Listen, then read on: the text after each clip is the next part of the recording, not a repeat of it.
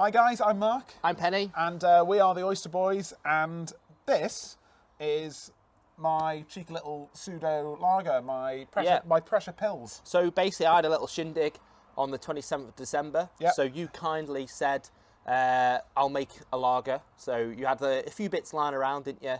Yeah. You ordered a couple of bits from the malt miller. And you said I can make a lager style, because obviously you use Kveik yeast in a week. Yeah, And that's from fermentate. That's from brewing to serving. Yeah. Yes? So the party was on the 27th. Yeah. And I made this beer on the 20th. Yeah. Was it the 19th or the 20th? I think Either way, it was 7 or 8 days. Yeah.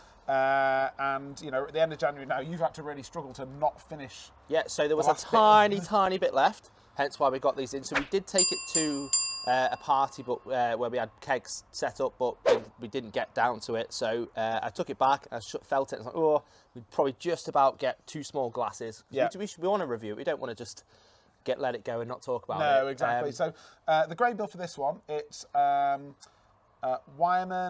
the extra pale Premier Pilsner malt. Okay. Makes up the bulk of it. I think it's something like 4.2 kilos of that.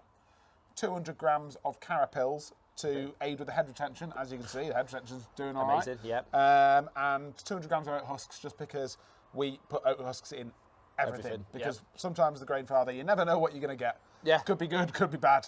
You might as well do yourself a favour. And then for the hop schedule, I used the...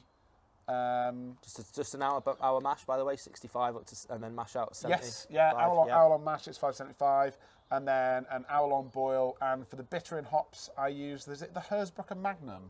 The BarthHaas ones. There, so. There's something like 15% alpha acid, and so it works out dead cheap. Oh right, okay, yeah. That's what it was all about. Cheap and quick. Cheap and quick. So I'll put that in the description down below if I got that wrong. And then I use Saazer at the sort of like very 15 end, minutes at the very end, just for some flavour and aroma. So you obviously did this under pressure. Yeah, so it was a packet of the Lutra, Omega Lutra Kveik, and I shoved that into the Fermzilla all-rounder with a spunding valve on there set at 15 psi, and I fermented that at 35 degrees. Yeah, we could put the video up because you did send me a video and it was just going crazy. Absolutely crazy, mate. It was loving it in there, wasn't it? 35 degrees. Mental. And then after 3 days, I dropped the temperature in the fridge. So after 3 days of fermentation, you dropped the temperature? It was done. After 3 days, it was done. It was probably done after 2, but just to be safe, after 3. I marched my fermenter up the end of the garden, not my fermenter, sorry, my gas bottle, which is a big old thing. So the like one to see in the ambulance, in it, that they give you the gas. Yeah, marched that up the garden, shoved that in the fridge, was really worried that I was going to break the glass shelf that was in there. Dropped it down, set that at 15 psi on the gas with the fridge at 2 degrees, which should give you the right volume of CO2 for a lager. Yep. And then once it had finished, at the same time I did that, I added gelatin. Okay, yeah.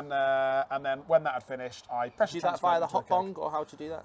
Well, so when I put the gelatin in, I actually put the CO2 on the liquid outpost of the Fermzilla, and I unscrewed the gas in, so I just had a little hole, but there was CO2 being pumped into it, and I poured the gelatin mix in the top.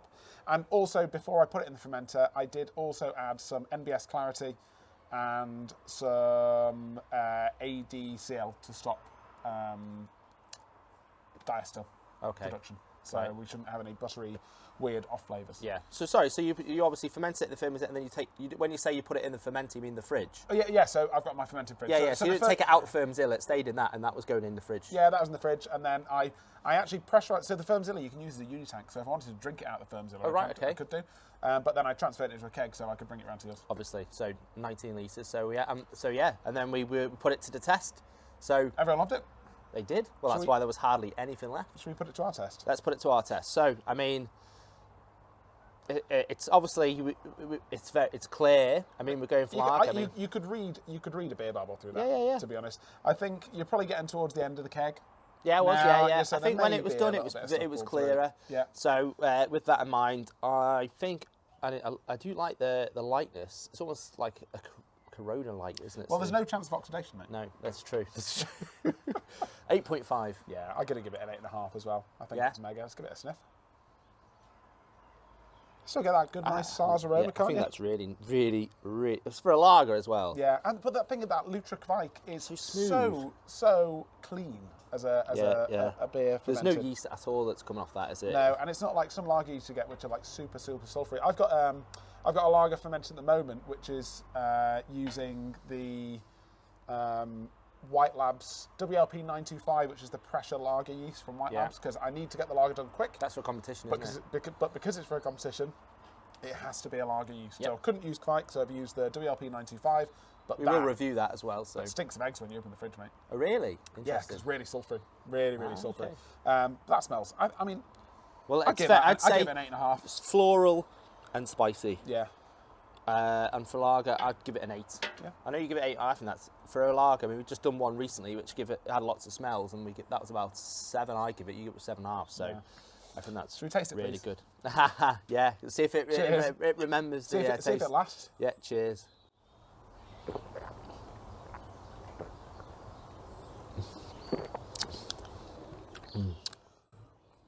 So I think that's got a really nice spicy Saazer. It is spicy, isn't it? Yeah, flavour on there from the sort of the later editions. If someone gave me that, I'd go, that was a lager. Oh yeah, it's perfect. That's brilliant.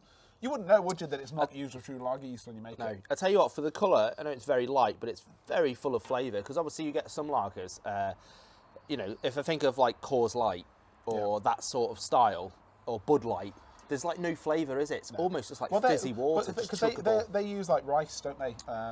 Rice or corn syrup to thin out the beer. Yeah. So it's really, really, really dry and not a lot going on. Yeah. Whereas this, it's, you know, there's no additional sugars in there. It's just coming from the malt. It's only one type of malt, really. But it's really flavoursome as well, but in a good way. And I think that is the fancy Pilsner malt, the premium Pilsner malt. But it's not meaty as well. It's like flavoursome, but it's not overpowering and heavy. Not like a Hell's. Yeah, it's still a proper flavour, Pilsner style, really. I think is what I was going for. So it's God tier for me, mate. It's a 9.2. I'm gonna give it 9. 9. It's really mega. It's so easy to drink. Oh, I'm gutted that with a little glass left, but that's lucky. So how much was it? 85p a pint. Wow. So it's just over 33 quid for 23 litres. Which you managed to churn out in a week. Yep. So not only was your time valuable, I also got a bit in my keg after I'd done yours as well. Well, so we've obviously just done a beer recently, which it was 120-minute mash, 90-minute boil, 7 weeks in the fermenter, 4 weeks in the keg, right? So we're talking 2.5 months. That was more expensive than that, and I think that tastes better. Now, okay, it's not a lager, but I mean, who's going to know? And you're serving it to your friends, no one else knew. Yeah. They were just going at it. I even brewed a Christmas beer, and I've still got loads of that left. Yeah. So for me, 9.5. Yeah, I think it's a solid 9.2 for me as well. It's just everything about. I mean, okay, you are really going to have to get the high spec equipment, but the thing is, you use a really expensive yeast. I mean, that Lutra was probably what, £9? I think it's more. I think it's just over a tenner now.